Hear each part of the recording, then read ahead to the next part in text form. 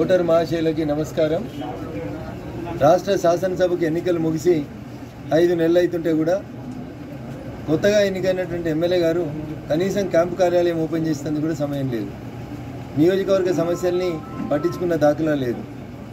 5 నెలలుగా ఏదో పొడి చేస్తాం, ఉద్ధరిస్తాం, రఘునందన్ ఏం చేస్తలేడు, కొబ్బరికాయలు కత్తెరలు పట్టుకొని తిరిగిండని చెప్పిన కొత్త ప్రభాకర్ రెడ్డి గారు ఈ 5 నెలల నుంచి ఒక్కసారన్నా ఐటీఐ బిల్డింగ్ కాడికి పోయినవా, ఒక్కసారన్నా అసంపూర్తిగా ఉన్నటువంటి ఏ ఒక్క పనినైనా పరిశీలించినవా, ఏ ఒక్క పనినైనా పూర్తి చేయించినవా? నేను ఎమ్మెల్యేగా ఉన్నప్పుడు ఐఓసీ బిల్డింగ్ దగ్గర నుంచి ఐటీఐ దగ్గర నుంచి ప్రతి భవనం దగ్గరికి పనులు పూర్తి చేయించడానికి వారానికి ఒకసారి విజిట్ చేసి పనులు కంప్లీట్ చేయించేవాళ్ళం యుద్ధ ప్రాతిపదికన. మీరు ఎమ్మెల్యే అయిన నుంచి దుబ్బాకకు తక్కువ, హైదరాబాద్కి ఎక్కువ అన్నట్టు సొంత వ్యాపారాలకు ఉన్నటువంటి పట్టింపు దుబ్బాక నియోజకవర్గ ప్రజల మీద లేకపోవడం అనేది దురదృష్టం. ఆ రోజు రఘునందన్ ఎమ్మెల్యేగా ఇనాగరేషన్లకు వస్తే మంత్రుల్ని వీళ్ళని వాళ్ళని 100 మందిని వేసుకొని వచ్చి హంగామా చేసినటువంటి బీఆర్ఎస్ ఎమ్మెల్యే గారు మరి ఇలా డిపాజిట్ రాని కాంగ్రెస్ నాయకుడు ఈడాడ కొబ్బరికాయలు కొట్టిపోతూ ఉంటే మీ బీఆర్ఎస్ వాళ్ళు ఏం చేస్తున్నారు అనేది చెప్పాలి. అసలు మీరు ఉన్నారా? మీకు దుబ్బాకి ఏమైనా సంబంధం ఉందా? ఎందుకు దుబ్బాక ప్రజలకి అందుబాటులో లేకపోతున్నారో ఒకసారి సమాధానం చెప్పాలి.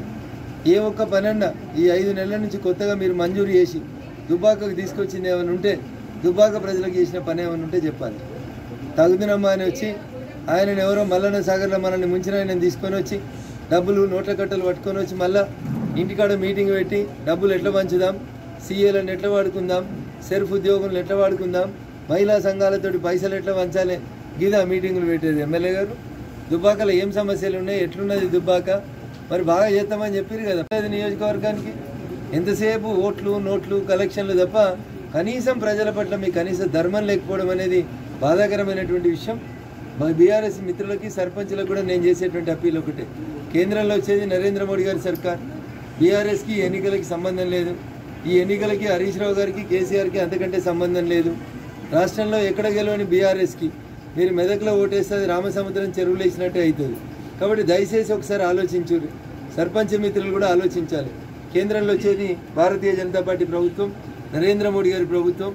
రేపు మళ్ళీ మీకు 15th ఫైనాన్స్ కమిషన్ నుంచో 16th ఫైనాన్స్ కమిషన్ నుంచో గ్రామ పంచాయతీలకు ఒకవేళ నిధులు రావాలన్నా, స్థానిక సంస్థలు బలోపేతం కావాలన్నా, సర్పంచులకి నిధులు విధుల మీద కొట్లాడాలన్నా మళ్ళీ రఘునందన్ ఎంపీగా గెలిపిస్తేనే బాగుంటుంది తప్ప ఈ నోట్ల కోసం, 1 రోజు కోసం, 2 రోజుల కోసం దయచేసి పని చేయొద్దని బీఆర్ఎస్ నాయకులకి, గౌరవ సర్పంచులకి, ఎంపీటీసీలకి నేను ఈ సందర్భంగా సవినయంగా అప్పీల్ చేస్తూ 5 నెలలుగా 5 సార్లు నియోజకవర్గ ప్రజలకు అందుబాటులోకి రానటువంటి ఎమ్మెల్యే గారు ఇప్పటికైనా తన తప్పును తెలుసుకొని నియోజకవర్గంలో ఉండి ప్రజలకు సేవ చేయాలని, ప్రజలు ఇచ్చిన అవకాశాన్ని సద్వినియోగం చేసుకోవాలని వారికి నేను ఈ సందర్భంగా సూచిస్తూ ఉన్నాను. లేకపోతే ప్రజల ఆగ్రహాన్ని గురిగాక తప్పదని కూడా ఈ సందర్భంగా వారిని హెచ్చరిస్తాను.